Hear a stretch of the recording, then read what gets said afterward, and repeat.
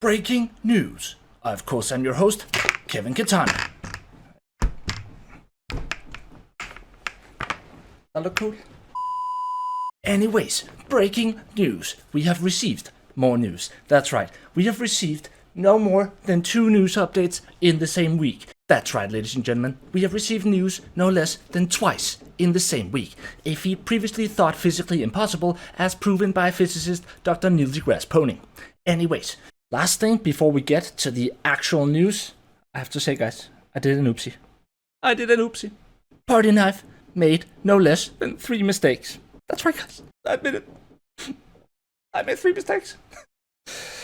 There's no easy way of saying this, but in the previous video, I did not do my due diligence. Either that or I can't read, apparently, and need glasses or something. But I just want to make some quick corrections here. In the video where we talked about the upcoming changes to Shade Ancestor of the Thorn, I made no less than 3 mistakes, as you guys gladly pointed out in the comment section, which I very much appreciate, I should add. So first of all, Talon 2.2, Authority's Delight, changed to applying bleed when striking poisoned enemies instead of on critical strikes. Not entirely sure how I misread that completely, to that being guaranteeing critical strikes somehow, so I clearly misunderstood that. Then a slightly less, I would say, a slightly more understandable one is Sister of the Thorn 4.2, Bonded Spirits. Reduce the cooldown of Radiance by 50%. Taking damage sets the cooldown back 2 seconds. So someone in the comments pointed out that it could at least be the case, the way they read it, and I think they're more likely to be right than me. Sets the cooldown back 2 seconds could actually be referring to the fact that the cooldown of the Radiance, the extra ultimate, actually goes back 2 seconds. As in, it's not reduced by 2 seconds, but it's actually increased by 2 seconds, right? So essentially, it gives you half the cooldown on your Radiance ulti, but at the same time, if you take damage, that cooldown actually is increased by 2 seconds. And lastly, for Shades, 4.2, Vanish, replaced with Focus Slaying. Killing an enemy with a backstab grants cooldown reduction for 3 seconds, not by 3 seconds. So the first one is primarily the major one, I would say, with the biggest implications. But I just thought I'd be straight up and mention that. It was a fair mistake. Still an unacceptable mistake. I must commit seppuku at a later date. Not right now. Not feeling it. I have stomach issues. Anyways, let's get to the news. That's right, guys. Today we're going to take a look at even more news. So many news. We have the most news. You guys wouldn't even believe it. We have so many news here. No, it's a terrible Donald Trump impression. Anyways, let's get to it. So essentially, today we're going to take a look at 2 things. The dev block in regards to the quality of life update that's coming on the 15th, if I understand correctly, as well as the premium cosmetics that should also be hitting on March the 15th. So, dev block, quality of life breakdown. Brief summary of this part here is essentially that thank you very much to all of the mod creators that have gone through Warhammer Vermintide throughout the years and kept updating their mods. Like, I don't think they get remotely enough credit. So thank you so much to all the people that put in a lot of work. Not just to make the mods, but to update them for essentially no pay whatsoever outside of the gratitude of the Vermintide community. So yeah, from the bottom of my heart as well, thank you so much. I mean, just consider the amount of man hours that have been saved by things like reroll improvements, right? The amount of hours I did not have to spend rerolling because of those mods. So thank you so much for that. Now, let's get to it. Unified UI, new features. Unified UI. To provide the best user experience and allow for more streamlined user interface updates, we've decided to merge into a single unified menu system for all players and platforms. Moving to a unified UI is beneficial for implementing new features to the interface, such as the freshly implemented features below, as well as any and all future additions and changes to the interface. The old legacy interface remains available in the options on PC, blah blah blah. However, the legacy new implemented features, okay, yeah, that's fine. So essentially, we're going to have a completely new UI system that's going to be universal for all platforms, so it's easier for them to update it. But you can still go back to the old version if you want to, that's just not going to receive any updates. That sounds fair. Melee camera movement, original mod and creator, No Wobble by 𝒮𝔴𝔞𝔤𝔤𝔢𝔯𝔮𝔲𝔞𝔮𝔢𝔏. Thank you. Guys. I think we all need to get down on our knees right now and bow before 𝒮𝔴𝔞𝔤𝔤𝔢𝔯𝔮𝔮𝔲𝔞𝔥. Thank you so much.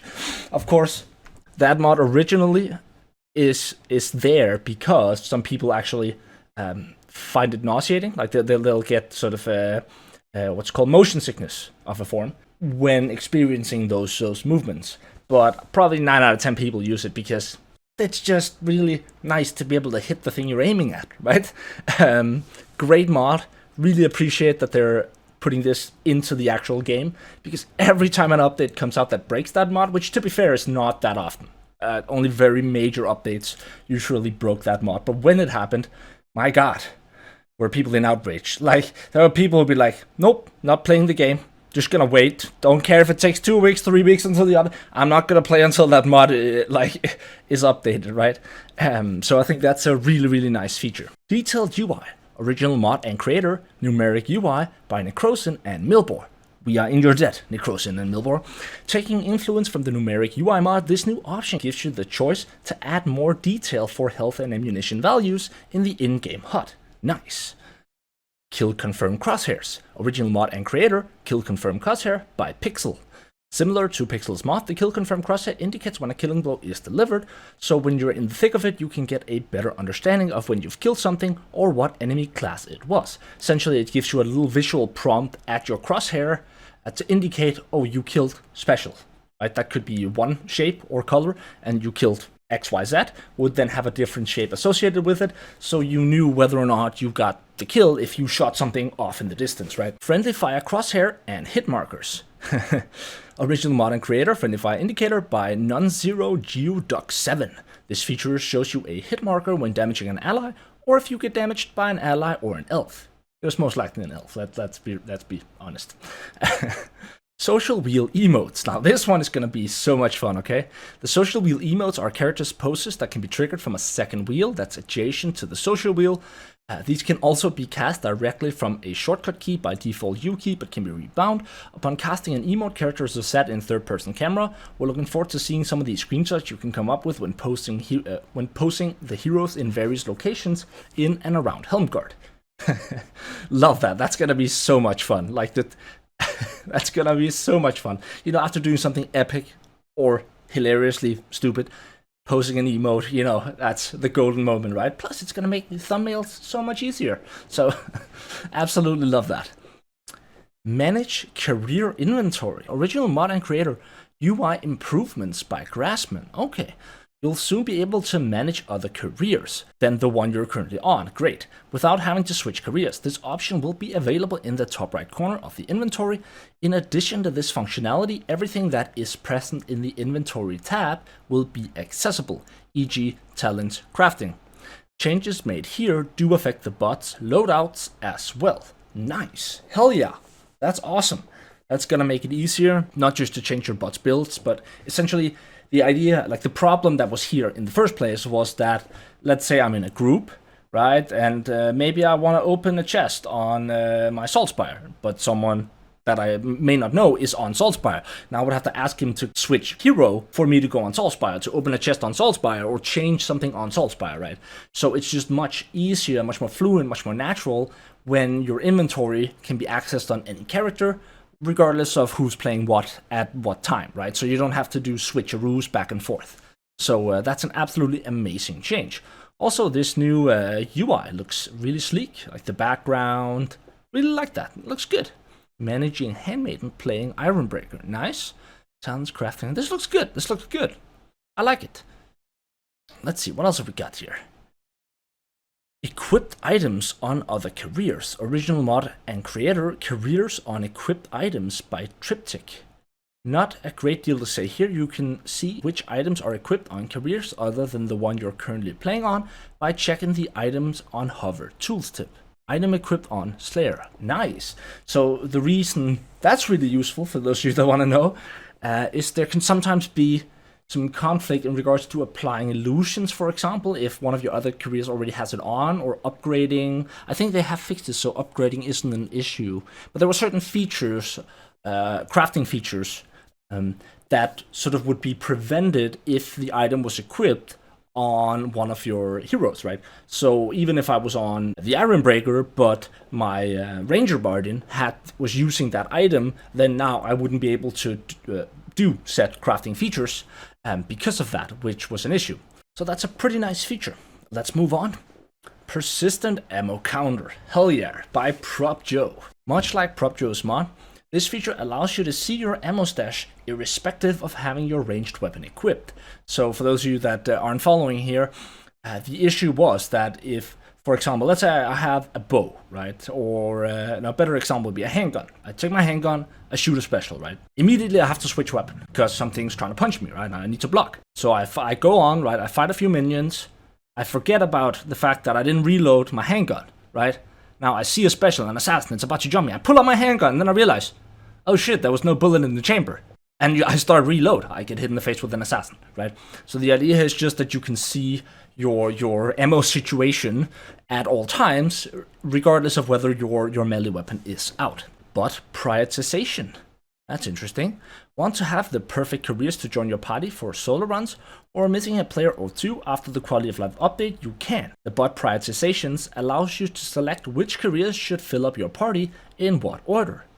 I thought we already had that feature. Or actually, no, wait, we have the feature for which hero should join, and then it picks the most recent class you've been on. Essentially, right now, if you want to customize your bot team, you would have to go to the class, go to another class, go to a third class, and make sure those were the third classes that were highest in prioritization in the options menu.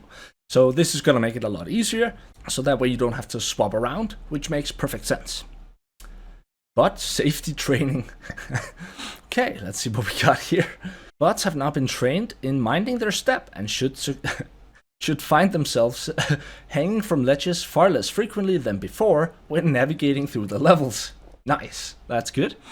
Player respawn improvements. Okay, don't think I'm familiar with this one. In order to avoid situations where a captured player can be left behind, captured players should now move forward in a given level where the rest of the party has moved beyond the point in which they can rescue the captured player. Okay, now that's interesting.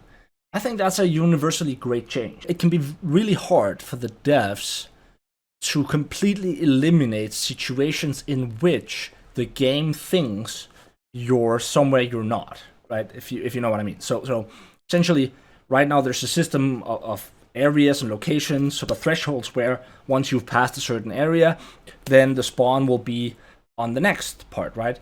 But there can be situations where, for whatever reason, it hasn't activated the trigger for that next area or something, and so someone will spawn essentially behind you, and there may be one of these points of no return in between, right? And then that's essentially it. You're screwed. There's no getting back to you, right? And so this is a really nice way, I think, to sort of sidestep that issue. Also, it's going to allow you to do something else, which is that if, let's say, someone from your team is dead, but you're in a situation where it's simply impractical to get him up right now, right? Because maybe there's a chaos spawn, or you're getting pushed forward, and before you'd be in a situation where, shit, I can't keep going forward, because then I'm leaving my mate behind, and he has no way to come back in the game then, right? Whereas now, I could just keep moving forward, hope that I'm in a better situation by the time I get to the next area, and then I can get him up there, right? Which I think is fair. So I think that's a universally great change. Clear deeds. What is this? What is this? Whilst player inventories are large, veteran players can find themselves running frustratingly low on space.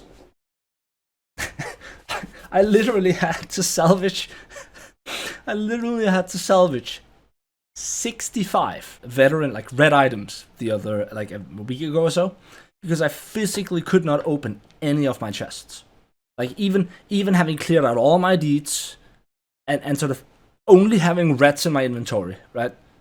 I physically could not open chests. It was impossible. And so I kept salvaging items until I could open chests, but then I realized I can only open one chest at a time. Then I have to salvage, then I can open one more, salvage, one more, right? So I salvaged a bunch more. So that's going to be nice. Whilst having an ever-increasing stockpile of deeds, if you've got too many deeds in your inventory, now you now have the option to delete them after this update. Nice. We know some of you prefer Twitch mode, and hopefully this solves a thorn in your side. Nice. I like that. So I think that's a good change. Although a minor sort of issue, a fairly niche one. Special attack tooltips and binding. Weapons with a special attack such as 𝒮𝔴𝔞𝔤𝔢𝔯𝒮𝔮𝔲𝔞𝔄𝔄 Repeater will now have their attacks noted in item tooltips, as well as mentioned in loading screens, and when inspecting such an item, and come with a new, more accessible default yet rebindable keybind. Okay, nice. Ooh, streamlined weapon upgrades. This is an entirely new window in the UI. It gives an overview of your currently equipped weapon. Overview. Here you can see what weapons you currently have equipped, its rarity, and if it's a melee or ranged weapon. Properties. Display the properties of your weapon. More properties can be unlocked by upgrading weapon. Trade. Upgrade. If you wish to upgrade your weapon, you can do it here without having to go to the crafting menu. That's nice. Information. Overview of the stats, strength, and weaknesses of your weapon. Looks slick. I especially like this information here. We like one of these nice diagrams here that sort of shows how heavy it sways to either side. Is that like horde clearing, elite clearing maybe? No, wait. Wide sweeps, crowd control, armor piercing. Oakridge challenges. It's now possible to claim challenge reward in bulk as opposed to one by one for those who complete multiple in a run or just aren't interested in picking up a challenge book. Fair is fair and time is precious. There's also been additional improvements to challenge filtering with the introduction of toggleable filters. That's nice. Another great advantage of baking in the spirit of essence and some keenly used mods, we're able to bring most of these additions to players on Xbox and PlayStation as well in April. More improvements in patch 4.6 will be published in the patch notes, but for now, happy rat bashing, and we look forward to seeing you in the stream on Friday. Okay, let's just take a quick recap of their stream here by 𝒮𝔴𝔞𝔤𝔤𝔢𝔯𝒮𝔮𝔲𝔞𝔄𝔄 Community Manager. These little recaps are very much appreciated by the community, I feel, because not everyone wants the juicy news, right, as quickly as possible sometimes, but not everyone necessarily has the time to watch the full stream, right? Maybe they'll tune in for a while, maybe not all of it is condensed to sort of the info that they necessarily want. So I think it's a really nice and sort of something, what's the word? Something you didn't have to do, but it's very nice that you do it. I don't know how else to say it, so thank you very much for that, actually. I hope I'm pronouncing that correctly. Anyways. So, just to recap the sort of mechanic aspect, Illusionist has been nerfed, Shield Shatter is back on Minotaurs and Chaos Spawns, but has been nerfed in of itself, the Shield Shatter. Now reduces max stamina by 1 for 8 seconds when striking a block. Moonfirebow and Hackbane now deal increased dot damage on finesse hits. Okay, so increased dot damage when you headshot or critical hit. That is a finesse hit. So the game has something called a finesse multiplier, which I've explained in more detail in one of my top 10 weapon tips something video. But essentially it's a multiplier that applies to critical hits and headshots and critical headshots. Every weapon has a specific finesse multiplier, and so now that also applies to Moonfirebow and Hackbane Shortbow. At least that is how I'm reading this. We'll see when the update comes out, but that's my current understanding here. We also removed AoE from Moonfire charge shots and reduced the damage profile. That's interesting. Still one of the strongest bows in the game, don't get me wrong, just slightly less broken. Or is it? Because now with increased dot damage on finesse hits, it might actually just be more broken. Only time will tell. It's hard to say, I think it's definitely, I mean, it's nerfed to one thing, buffed to another thing, right? So maybe it balances out. We will see. Charge Hackbane attacks now apply AoE poison on every bounce when using Ricochet talent. Hell yeah, I like that. That's good. that's gonna be such a fun build. Probably not a viable, like when I say viable, it's not gonna be the meta, but it's gonna be hilarious. Like pew pew pew, like poison all over. Battle Wizard has been tweaked, applying stronger dots with lingering flames. Talent active now overrides weaker dots. So essentially, what they've done is that, let's say you have lingering flames, right? That's an infinite burn dot, right? Before you apply the shitty dot, now you want to apply the highest tick damage from the beam staff, then you couldn't. In other words, if you were using a beam staff, which is the staff that has the highest dot damage of any staff/fire dot in the game, it is the 4th damage tick of the left click that is the highest damage dot in the game, the highest burn dot at least. Now, let's say I had already punched the Chaos Warrior or Chaos Spawn with my weapon, right? Applying a dot, but a weak one. Then, because of Lingering Flames, I would now be unable to apply my strong dot to override its dot, unless I had a dwarf that was using a fire drake weapon, right, to put his dot over my dot, so that I could then reapply my dot. But now you can just reapply your own dot if that dot deals more damage than your previous dot. So I assume if you already have a strong dot on and you apply a weak dot, then it doesn't override, but as soon as you apply a stronger one, it does, I think. At least that's what I'm reading. Maybe I'm wrong, who knows. Quality of life features will be implemented in this update. Read more about these features here. 5 premium cosmetic sets, we'll get to that as well. Will be worked on after Darktide's release, that nice. Actually still don't know how to activate OBS sound, as I've never seen the word 𝒮𝔴𝔞𝔤𝔢𝔯𝒮𝔮𝔲𝔞𝔮𝔢𝔮 To be fair, I've had my own issues with OBS and sound. So I feel you on that one. But before we get to the premium cosmetics, I just want to briefly, I think all of these things that I've seen here are amazing and universally good. And I know they left in the little caveat of not everything is here. But even so, there's a few things here that I actually made an entire video that I just didn't, I don't know, I felt like the video was too negative, so I didn't really, I don't know, I felt after watching it as I was saying, I felt like, nah, I don't know, I didn't like the vibe that the video had. But there's a few points from that video that I will just restate here. So, but with that caveat in mind, let's try and take a look here at what wasn't mentioned, right? Things like numeric UI was mentioned and featured. And again, with the caveat of the fact that we know that this wasn't all of it, so there's still time for some of these things to be implemented. But probably the single biggest worry that I have in regards to this not having been mentioned is UI tweaks. Now, I don't know if that's because that's one that requires extra work, and I feel like it's been mentioned even in the stream, so I do think, really hope at least, that some feature of this will be implemented, because there absolutely has to be. Okay, this is the one feature I would say, like the one thing where I'm like, oh god, if that's not going to be implemented, I'm really going to be worried if there's no feature implementing the ability to distinguish between buffs and priority buffs, and having buffs appear, like priority buffs, somewhere in your more central visual field. I personally feel like I absolutely need that to play properly, because the time it takes to look down for an important buff in the bottom left of your screen is the time you're gonna get assassinated in the face, or maybe it's the time that actually causes you to miss your window of opportunity, right? If I have to look, how long do I have left on my shade ulti, right? And I look down and there's 1 second, right? And that, if I just knew that, 1 second, whoop, punch, right? But because I have to look down, oh, 1 second, look back up, charge attack, oh, it's over, right? No more shade ulti. Just to give an example everyone can relate to. A generic one, but nonetheless, I really feel like that's a feature we absolutely have to. Like, I can understand if it's going to be too complex to add really complex built-in UI features that we can customize. I can understand that. I also feel like we need, I say need, this one is a bit more on the sort of I would like than need necessarily, but I personally would really like, again, an option to reduce the size, specifically of the icon and frame of your teammates, into a more smaller, more compressed version that focuses not so much on the icon and the frame, but on the items they have and the health bars. Again, a numeric UI as well, right? Feature that's more compressed, fills up less of your screen. No mention of armory. Outside of the fact that weapon specials would now be mentioned in it, I'm not sure if they're just going to keep the armory as a sanction mod, or again, if it's something to come. But I personally think the armory is such an amazing mod. Same with the bestiary, that should simply be implemented into the game, and maybe it will be.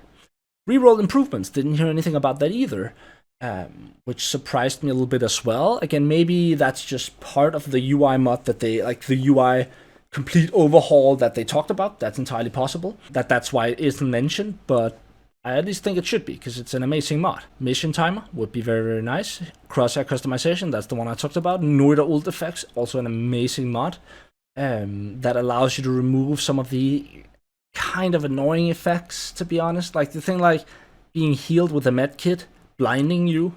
It's like one of those things where, like, why? I'm not sure why I have to be blinded to get healed, right? So that's a feature from that mod there. I really hope this mod doesn't break. So I don't think that's going to be implemented, if I'm being perfectly honest. Boss kill timer would be nice. What else have we got here? True solo feature. I can understand that they're not implementing that. Because it is a team game at the end of the day, so I can sort of I can sympathize with that not being an actual feature. Although I wish it was personally. I can understand that they don't want to incentivize solo play to that degree. And lastly, but not leastly, let's take a look at some of the new premium cosmetics. See what we got.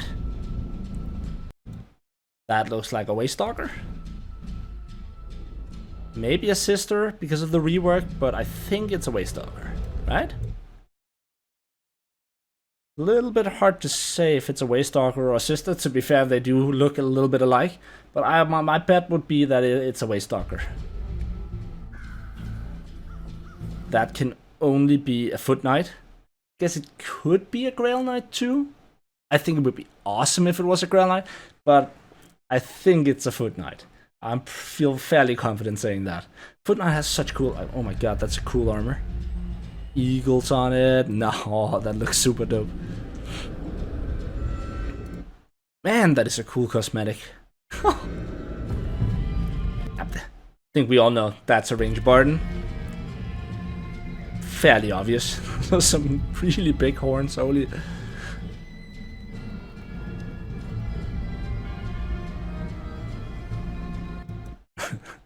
Sexy salts, but I think we can all agree.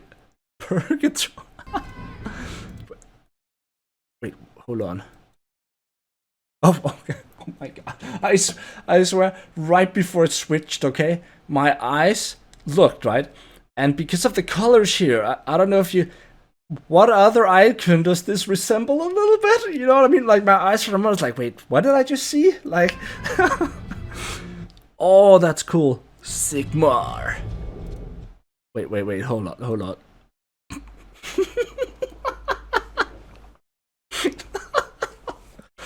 The bulge. I mean, I think we can all confirm now that 𝒮𝔴𝔞𝔤𝔢𝔯𝒮𝔮𝔲𝔞𝔡 private parts are at least half the size of mine. At least, you know, give or take. Jesus Christ.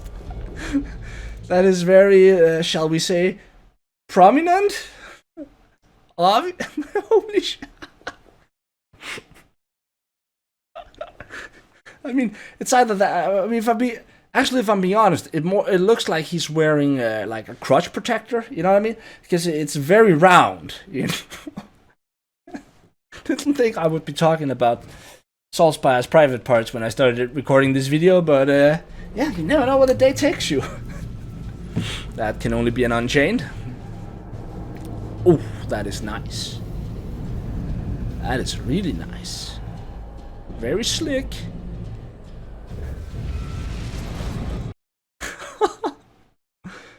Not sure about the helmet, but the armor, that is really dope. Really love the armor. Actually, okay, the helmet's actually all right. It's all right.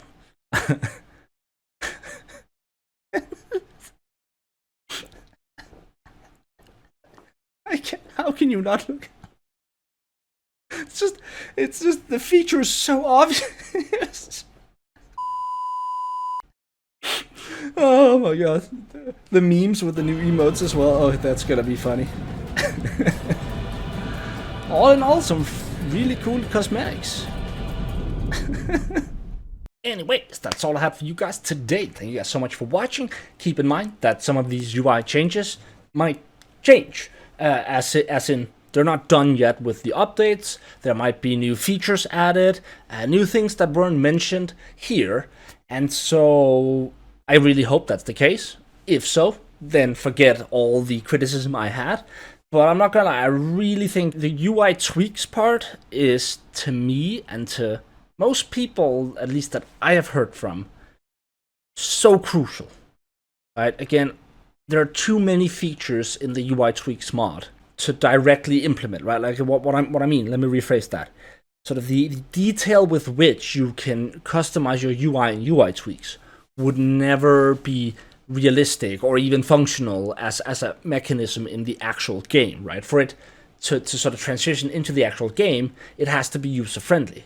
And with all respect and love for the UI tweaks creator, again, pixel by pixel movement doesn't really translate into a nice customization for the average player in the base game, right? And so it's my understanding, what I hope and think they're gonna do, at least I did until I read this part that didn't mention UI tweaks, was that, you know, they're gonna do a more generic version of UI tweaks with perhaps slightly less features and sort of more generic placements, right? Let's just say that you have, you know, instead of being able to place pixel by pixel, you could pick something like very top, middle, bottom, right? Or whatever it might be, like a more sort of generalized version of it. And I really hope that's going to be a thing. At the very least, some of the features in that mod, I really hope it's going to be a thing. But yeah. Anyways, that's all I have for you guys today. Thank you guys so much for watching. If you enjoyed, please like, comment, and subscribe for more Vermintide videos. And as always, I love you guys. Stay awesome. Peace out.